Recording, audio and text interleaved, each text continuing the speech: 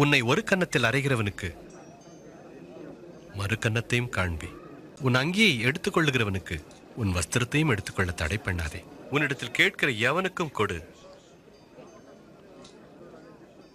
உன்னுடையதை எடுத்துக்கொள்ளுகிறவனிடத்தில் அதை திரும்ப கேளாதே.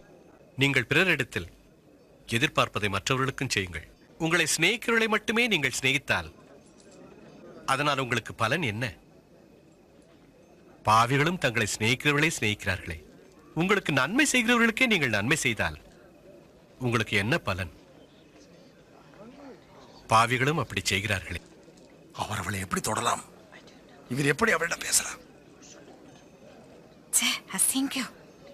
இல்லை, விரோதிகளை நேசியுங்கள், நல்லதை செய்யுங்கள், கைமாறு கருதாமல் கடன் கொடுங்கள். அப்பொழுது பெரும் பலன் கிடைக்கும். நீங்கள் உன்னதமானவருடைய பிள்ளைகளாயிருப்பீர்கள்.